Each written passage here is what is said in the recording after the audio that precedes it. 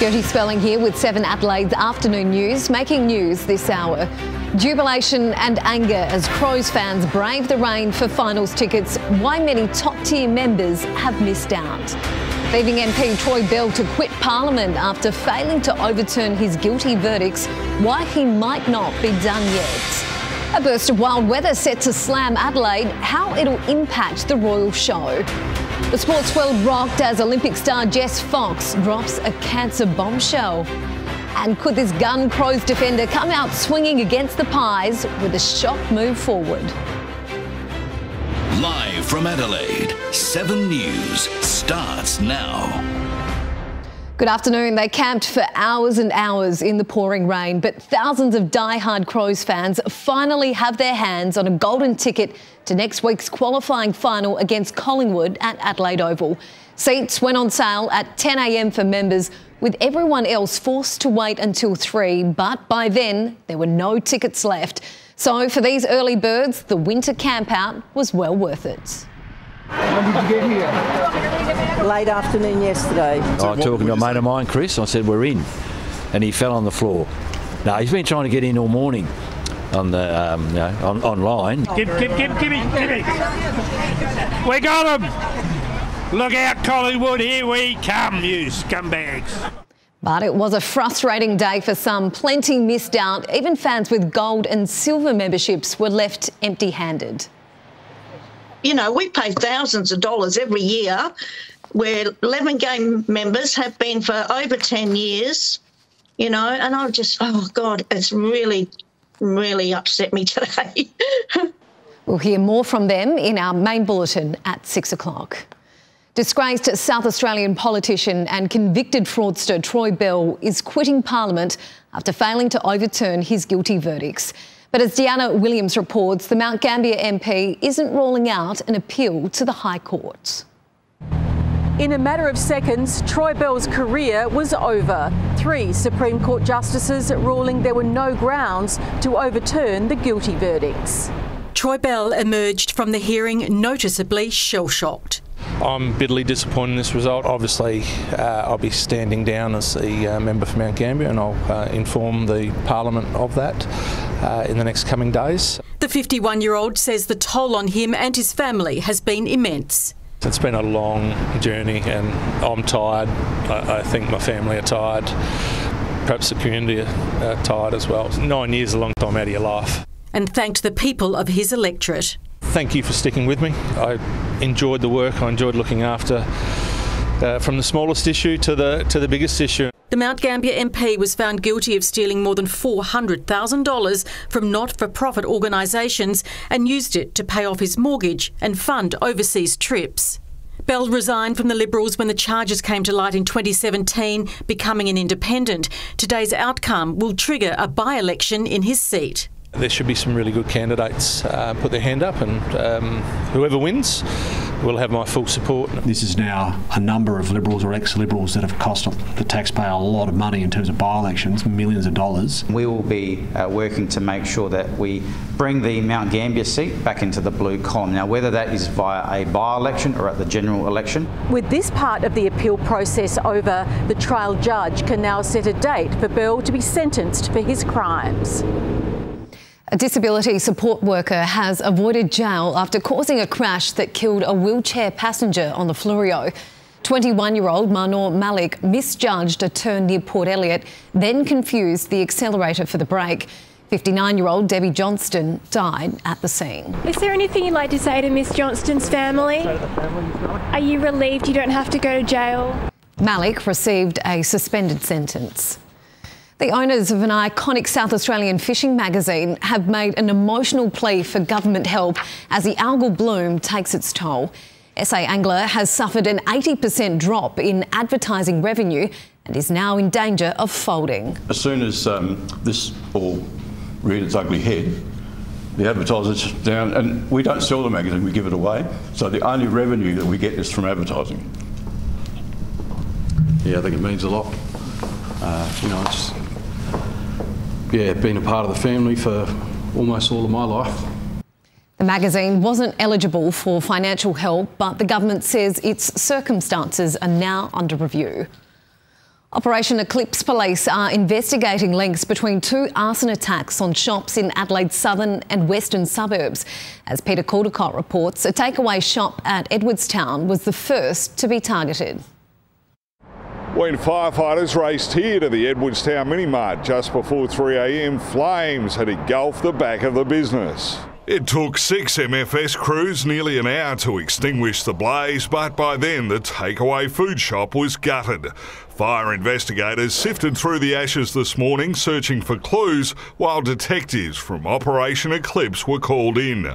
2 weeks ago, a shop next door, Algeria Aesthetics, was torched by arsonists causing extensive damage. Firebombing is not the answer. That is not, destroying somebody's livelihood. Yeah, it's not fair. There's an underground group going around causing havoc with these places, and you trace it back to illegal tobacco and illegal activities and so on. When the government just make it a bit cheaper, and then everyone can afford to buy tobacco, cigarettes, whatever they need. A short time later, it's believed the same arsonists smashed their way into the Hub shop and cafe on Holbrooks Road in Flinders Park and set it on fire. Fortunately, the owners who live out the back put out the flames with a fire extinguisher. Operation Eclipse detectives seized tobacco products, a large amount of cash and computers from the business. Police want to hear from anyone who saw a white sedan at either of the arson attacks. A man who allegedly ran down a northern suburb's father outside his home has faced court for the first time. 42-year-old Daniel Wegner was charged with causing harm by dangerous driving after this shocking crash last month. The victim, Jake Mussolino, suffered serious injuries. Daniel, did you intentionally run down Jake Mussolino? Witnesses claim Wegner told them he believed his girlfriend was cheating and tracked her to Andrew's farm using Find My iPhone. The victim has told 7 News he hopes justice is served and says his life will never be the same. Batten down, the Bureau warns damaging and destructive winds are forecast across the state tomorrow. The front's expected to move through Adelaide around 5 or 6 a.m, bringing more rain and cold temperatures. It's not your standard wintertime cold front. We don't see this type of conditions every week in winter. Certainly need to pay attention. Fortunately, the worst of it should be over by Saturday morning, just in time for the gates to open at the Royal Show. Amelia will have more details later this hour. A huge number of police resources remain out in force across Victoria's northeast, hunting for accused cop killer Desi Freeman. They're calling on the suspect to surrender, with locals in the town of Porpukanga receiving text alerts telling them to restrict non-essential travel. The primary school has reopened today with about half of students turning up. Cassie Zervas joins us now. Cassie, there have been some major developments. There has been, Gertie, and where I'm standing right now is at the roadblock about 1 kilometre from the alleged gunman's home, and the feeling on the ground here has really intensified in the last hour or so. 7 News has captured this exclusive vision of the tactical response team behind this huge manhunt to find Desi Freeman. You can see smoke coming from bushland near his address, followed by the police air wing hovering quite low over it. Then we see 2 loud flashes and loud bangs. Now, I am told this is a tactical response police often use to flush out a suspect or even clear an area where they believe he may be hiding. We've also got this exclusive vision to show our viewers this afternoon of the huge police presence around the surrounding properties of Desi Freeman's. The Special Operations Group officers with their guns drawn and their K9 dogs by their side. They're ready to go because we know this man is armed and he is dangerous. The advice is for anyone who may come across him to call 000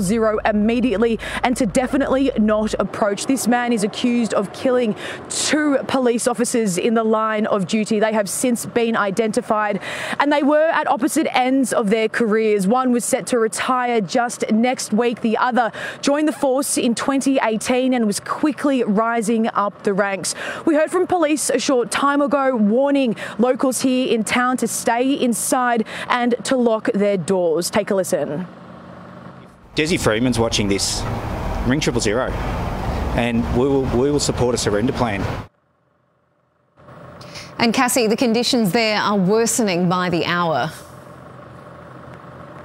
Yeah, by the minute even, Gertie. The conditions here are really hard. The rain has not stopped all day and there is low-lying fog surrounding the bushlands here and around Desi Freeman's property too. I am told that we are expecting snow in the days to come as well. So it is making it even more trickier for police on the ground and in the sky. But we have seen the air wing up for most of the day, circling around the address there just to make sure that there's been no movement that they are able to catch. So, of course, as soon as we get more developments, we will bring those to you on this huge manhunt for this alleged killer. Gertie.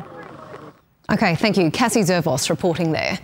Tributes are flowing for the Year 7 student who lost her life after a bus rolled in Victoria. 12-year-old Mila Colleen was one of 28 students on board when their school bus flipped in Geelong yesterday. Today, she's being remembered as a beautiful and vibrant girl and a talented basketballer. Police are now centring their investigation around whether students were instructed to wear seatbelts and if they were in use when the tragedy took place. Bob Katter has unleashed on journalists in Brisbane today, raising his fist at a reporter. The federal MP accused him of being a racist after he was asked a question about his Lebanese heritage. Look, don't say that. I'm sure that don't said it. Say that because you're a racist. You're a racist. You cannot say what you've just said without being identified as a racist. Some gentlemen, ladies, this man is a racist. The explosive outburst happened at a press conference where he endorsed a March for Australia rally. Iran's ambassador has declared he loves Australian people after being kicked out of the country by the Prime Minister. Ahmad Sadeghi making the comments with a smile and wave, his nation accused of orchestrating anti-Semitic attacks on Australian soil. Isabel Mullen reports. Good afternoon. Well, these are serious allegations of terror levelled against Iran's Revolutionary Guard. But Iran's ambassador, Ahmed Sadeghi, seemed unfazed as he emerged from his Canberra home this afternoon, stopping on the steps outside here and actually turning and waving to the waiting cameras, smiling at those cameras before hopping into his car, waving again as he drove away. He did have a message for the Australian people just as the time ticks down on his departure from Australia, given 72 hours to leave the country. That deadline runs out at midday tomorrow. We just want to hear what you have to say. I love, Australian people. I love Australian people. Do you believe that Iran are behind these attacks? I love Australian people. Bye-bye. Mr. Ambassador, do you think the Prime Minister has gotten this wrong? No comment. Now, this comes after the Prime Minister made the unprecedented move to kick Iran's ambassador out of Australia after ASIO found that Iran was linked to organising and funding terror attacks on Australian soil. The one at the Melbourne Synagogue, Melbourne's Adas Israel Synagogue, another attack on a cafe in Bondi. So Ahmed Sadeghi, he is on the move here in Canberra this afternoon. We understand he will be making his way out of the city at some point, either by car or on a plane. A class action investigation has been launched against the Suncorp Group over claims of misleading insurance premiums, leading customers to potentially pay a loyalty tax. It means long-term customers under brands such as Amy, Geo and Suncorp could have been charged more than newer customers built into premiums without their knowledge. Suncorp Group reported a net profit of $1.8 billion for the 2024-25 financial year. The state government's boasting about its free RSV jab uptake for pregnant women as cases of a different winter virus surge. More on that story after the break. Also, horror in an American church when a shooter opens fire on school children. AFL Hall of Famer Nicky Winmar returns to court accused of choking a family member. Qantas posts a bumper profit despite coughing up millions for multiple legal battles. And this year's World Solar Challenge winners arrive in Victoria Square in style.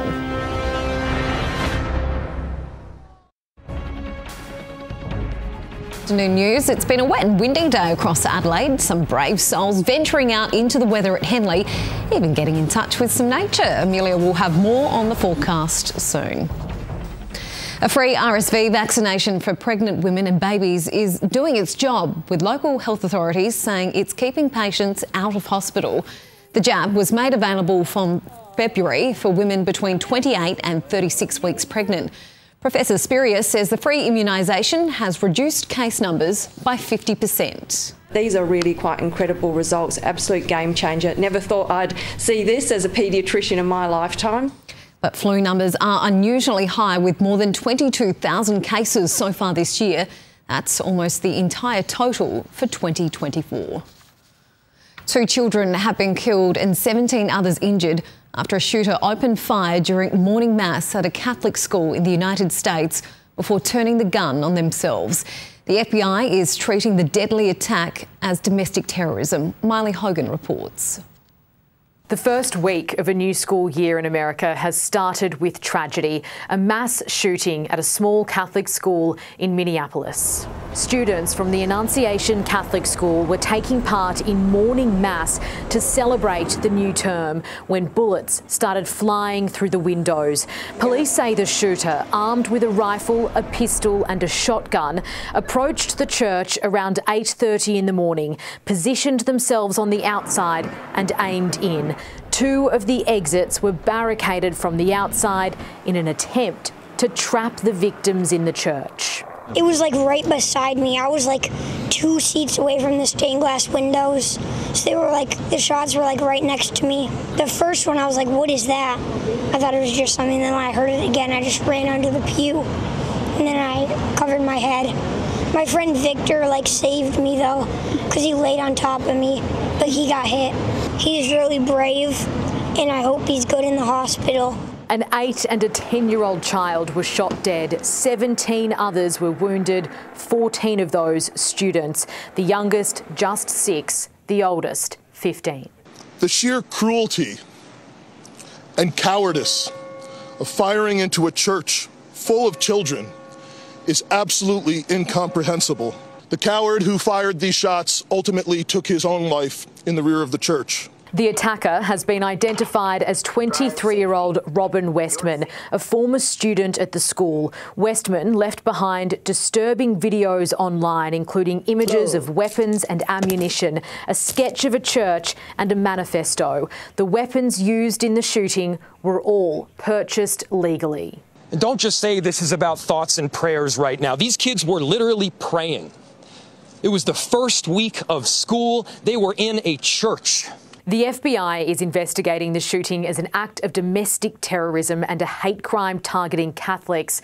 In some good news, all of those wounded in this mass shooting are expected to survive. Israel has come under fire at the United Nations over the ongoing humanitarian crisis in Gaza. Britain's UN ambassador told the Security Council Israel is to blame for the first officially recorded famine in modern history in the Middle East. It is entirely man-made, and, as my Foreign Secretary has said, it is a moral outrage. Israel called the claims false and biased. Officials in Gaza say more than 300 people have died from starvation, including almost 120 children. AFL Hall of Famer Nicky Winmar has called in a top lawyer to help him fight charges of assault. He's accused of intentionally choking and strangling a family member last month. Bethan Yeoman reports.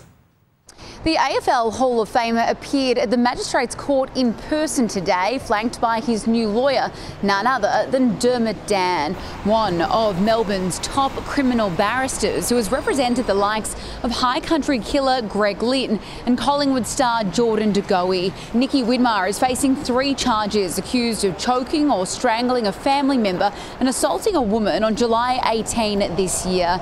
Today, court proceedings were swift, adjourned to allow police extra time to gather necessary information.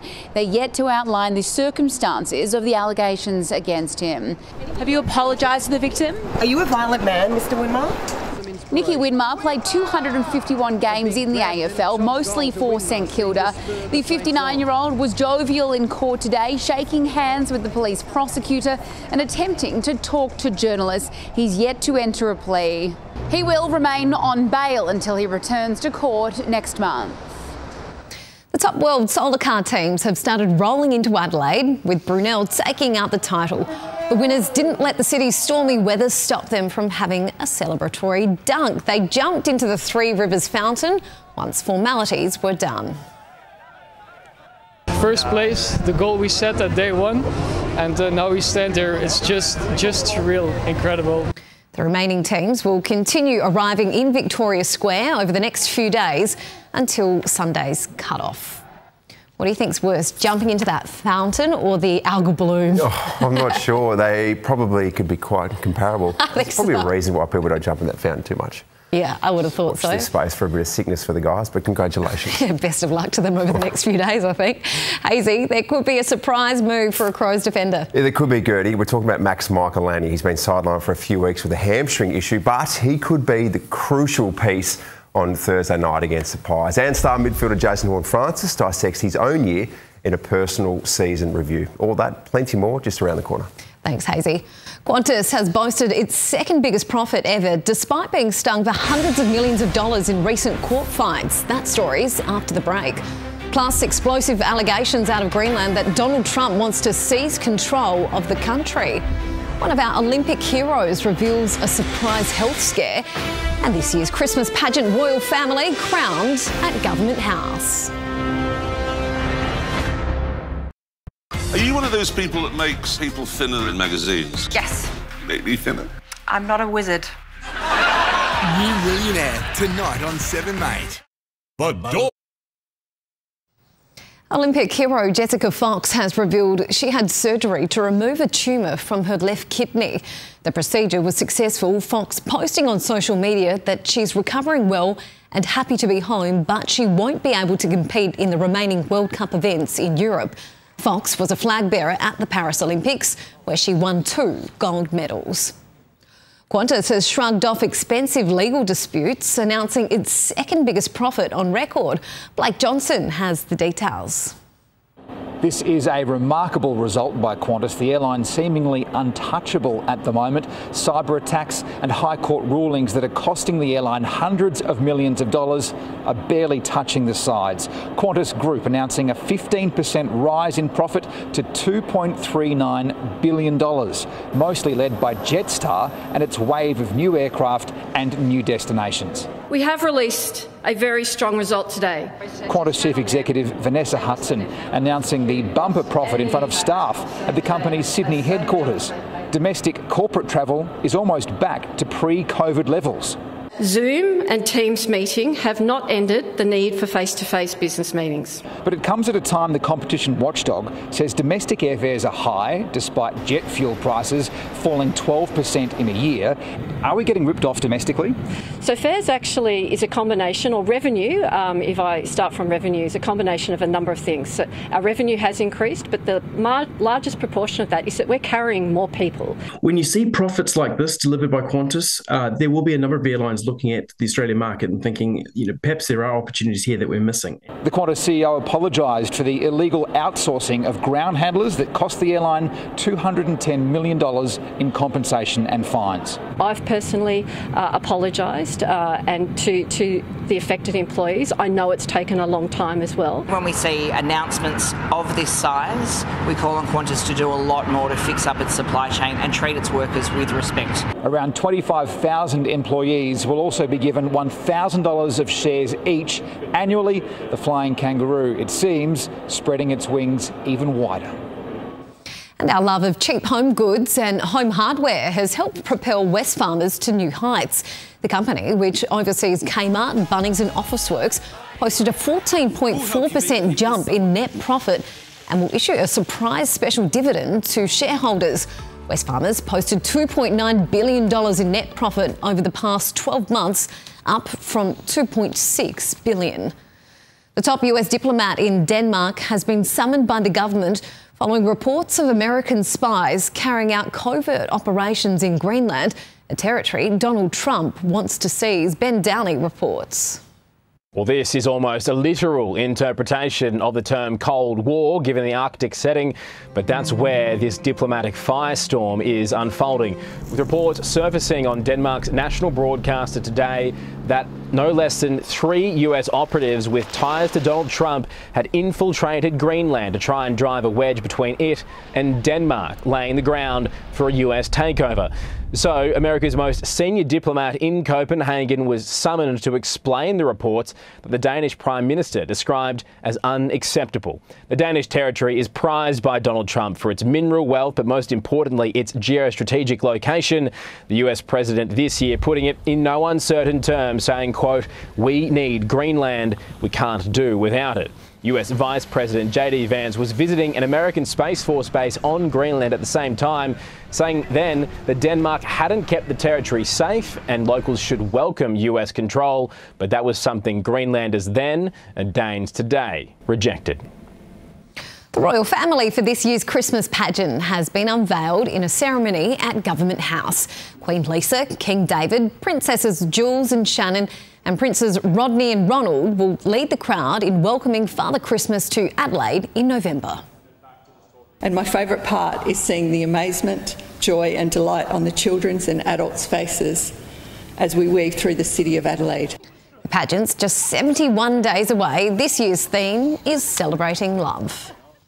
Returning to one of our top stories now, and emergency crews are on standby ahead of the strongest winter blast of the season. Amelia has the details, and Amelia, there are a number of warnings in place already. Gertie, that's right. Warnings for the wild weather to come from the Bureau, but also a warning this afternoon from the SES urging residents to make sure that any loose items around their homes are packed away or secured. And to do that while you see breaks in the weather like we have just here for the moment this afternoon and this evening. And this is why we're expecting a very strong cold front to hit early tomorrow, with the potential to pack a punch across a wide area of the state. Winds of up to 130 k's an hour are possible, including about the metro area, so you can see the very real concern of authorities there. And with that front too, another burst of wet weather, and there'll be icy air to come as well. The Bureau saying this is shaping up to be the coldest system that we've seen all winter. There's even the possibility of snow. I'll have details on that a little later, Gertie. Can't wait, sounds great. We'll have the latest on your money with ING Bank after the break. Plus, an iconic Aussie treat spotted on supermarket shelves overseas. Find out where. Footy fans on the Gold Coast rejoice as the Suns reach a thrilling milestone. And the late Queen's car brings in a royal sum at auction. Now let's check in with Rosanna and what's coming up at 6. Thank you very much, Gertie. Coming up tonight, the rollercoaster race for finals tickets. There's been jubilation and frustration as the Crows Pies clash sold out within hours. The early Crows caught the worm, but there has been disappointment even for members. Also at 6, how winter's ending with a bang. The Bureau's warning ahead of a burst of wild weather, when and where it'll hit and whether it'll clear before the royal show. Plus, how to make a bit of cash ahead of Christmas, from teenagers looking for their first job to older Aussies. There are thousands of roles to fill. We'll tell you where to apply in the news tonight at 6. Hope to see you then, Gertz. Thanks, Rosanna. Australia's humble Lamington is travelling across the globe and will hit shelves in the UK this week. The supermarket chain Marks & Spencer will launch its own versions, including a caramelised biscuit flavour, similar to those being sold at Woolworths. It's believed the sweet treats were named after Lord Lamington, the Governor of Queensland, in the 1890s. The share market closed with little change today, but Qantas shares soared. Here's James Tao from ING Bank. Qantas shares climbed 9% after its full-year earnings highlighted strong demand in travel. Its budget carrier Jetstar outperformed as revenue climbed 16% on record passenger numbers. The result also pushed Qantas shares to an all-time high during today's session. The overall market, however, saw a more subdued gain, with the ASX 200 lifting 20 points, or just over 1/5%, as gains for our financials, property and also consumer stocks were partly offset by losses led by energy, tech and health. Private hospital operator Ramsay slumped about 11% after it underwhelmed the market with its results, and particularly its performance in Australia and the United Kingdom. Finally, the Aussie dollar is holding on to gains after yesterday's stronger than expected inflation numbers. It's now buying around at 65.1 US cents. A four-wheel drive owned by the late Queen Elizabeth has sold at auction for more than 20 times its usual value. The 2006 Range Rover went for more than $360,000. The Queen used it for events such as the Royal Windsor Horse Show. The SUV also has a silver Labrador mascot on its bonnet, which adorned all Her Majesty's personal vehicles. It's taken them 15 years, but the wait is finally over for the Gold Coast Suns. The club is set to play in the AFL finals for the first time in their history. Georgia Costi has more. Well, what a night it was for the Gold Coast Suns. We didn't just win, we dominated here at People First Stadium in Carrara last night. A 95-point win margin against the Bombers. That is the biggest win we have ever had since the Gold Coast Suns entered the competition all the way back in 2011. Now, we do have to give a special shout out to Ben King. 7 goals last night. That is a career high for him, and it also brings his total goals for the season to 69, which is once again another club record.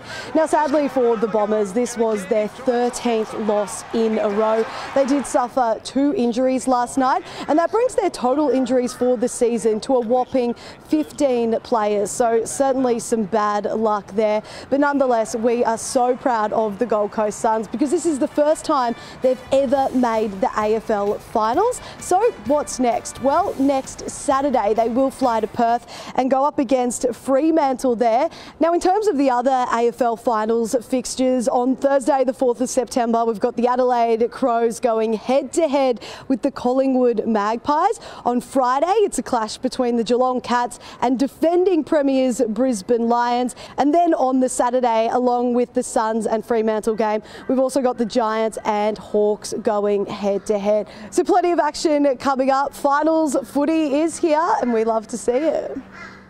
Time for sport now. And Hazy, it's been a season of learning for fan favourite Jason Horne-Francis. Yes, very much is a fan favourite. Plenty of injuries along the way this year, but he's going to tell us after the break why he's a better player because of it. Also coming up, some of his teammates have got some new contracts, some young guns. We'll take you through that. And while the Crows Mr. Fix-It could be given another tough job against the Pies.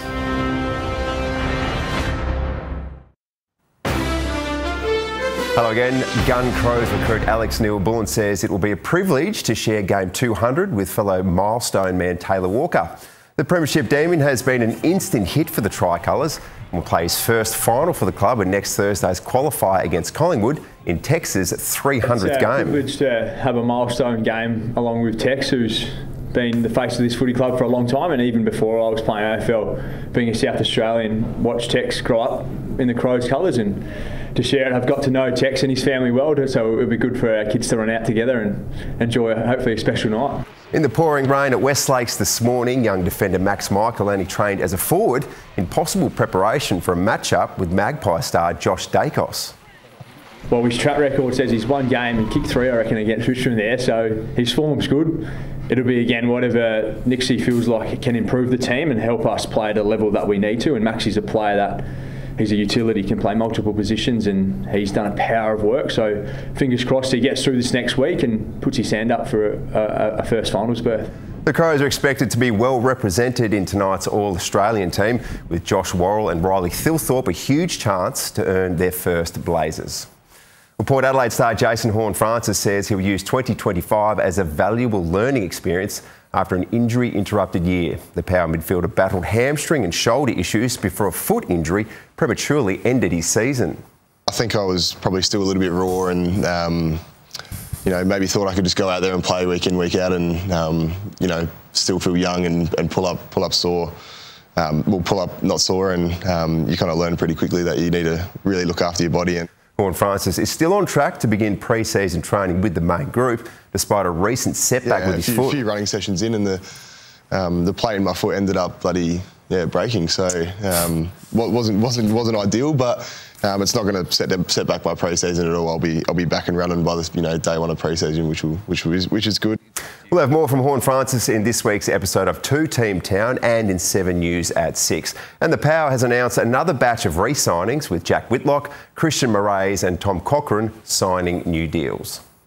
Well, former Port Adelaide star Josh Franco is returning to North Adelaide as head coach. 12 years after leading the club to a SANFL grand final, the 51-year-old replaces interim coach Sam Mays after the club parted ways with Jacob Surgeon earlier this season. Franco won the 96 McGarry medal, going on to kick 81 goals in 156 games for the Power. The Roosters finished 9th with just 4 wins this season.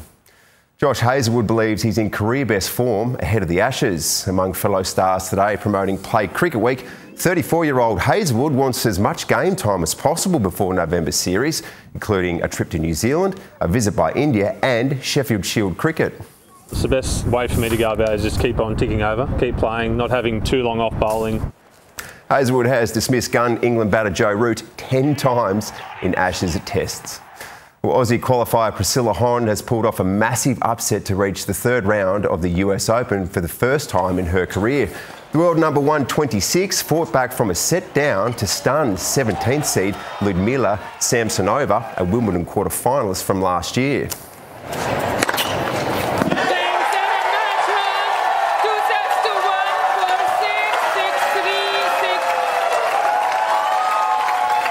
In the men's singles, world number 1 Carlos Alcaraz breezed past Italian Mattia Bellucci in straight sets, but it was more of a struggle for Novak Djokovic, who needed 4 sets to see off young American Zachary Zvezda.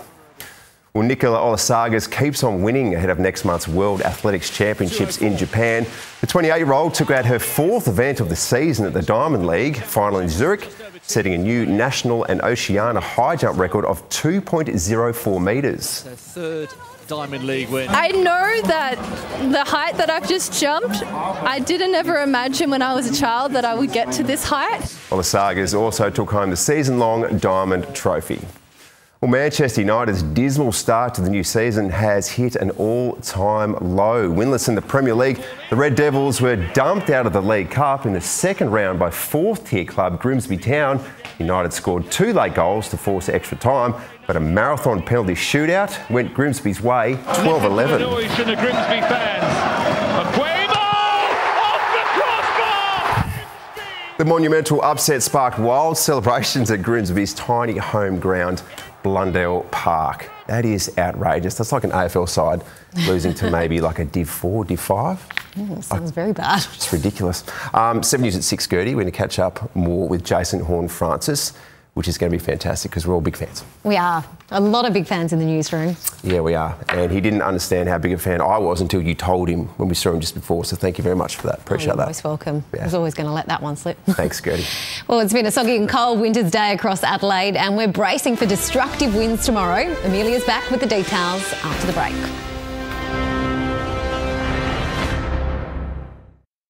Seven News, connecting Adelaide. Peggy Doig was simply at the wrong place at the wrong time. Connecting you first. Fragments of bone were among the items seized. Connecting sport. Pretty crazy to think that I'm here going to play my 300th game. 7 News, connecting you. Let's get a check of the weather now and Amelia joins us again. And Amelia, how's it looking this afternoon? Well, Gertie, we're in a break in the wet weather here in the city at the moment, but we have seen some really decent showers move across the metro area today, particularly about our northern suburbs. One shower dumping 17 millimetres of rain over Parafield today. In the city, we've seen around 4 millimetres in the West Terrace gauge so far. A decent break in the weather, helping us hit a top of 14.7 degrees this afternoon, following a low of 10.3. Right now, it's around 14. Elsewhere, those scattered showers and storms are not just across SA, but across the southeast of the country this afternoon. Further up the east coast, sunshine in Sydney and in Brisbane, where it's currently 24 degrees. To the charts, we've got a low and strong front set to hit tomorrow. Moving to the east late at night, then a high pressure system quickly ridges in. It'll reach the Bight on Sunday. For now, here's how your Friday will look across SA. We're expecting rain in the early morning, tending to showers about coasts and pushing inland by the afternoon. As well as the wet weather, it'll be wild. Damaging winds and severe storms are forecast across Eyre Peninsula, Peninsula and regions to the south and east of Spencer Gulf. So showers in a top of 13 on the way for Port Lincoln, up to 16 in Port Augusta, just 9 the top for Clare, 10 for Nuriutpa, 13 for Kadina, and for Kingscote and Victor Harbour, both centres could see a thunderstorm. Rain and 11 for Mount Gambier, and very windy, and 15 the top for Renmark. And with the cold air behind that front, the potential for snow about the higher peaks in the mid-north and Flinders from sunset, maybe at Mount Lofty at night. Now with that front as well, a warning for destructive wind gusts across a huge area of the state tomorrow, and winds are forecast to reach gale force about all coastal regions too. In the city, down to 8 degrees overnight, just 13 the forecast top. We're expecting showers to push back in during the morning with very windy conditions, storms and hail all in the mix tomorrow. There is some good news though. It should clear out quite quickly for day one of the show, Gertie. That is good news. And that's all from 7 Adelaide's afternoon news team. Will and Rosanna will have our next bulletin at 6 o'clock. Bye for now.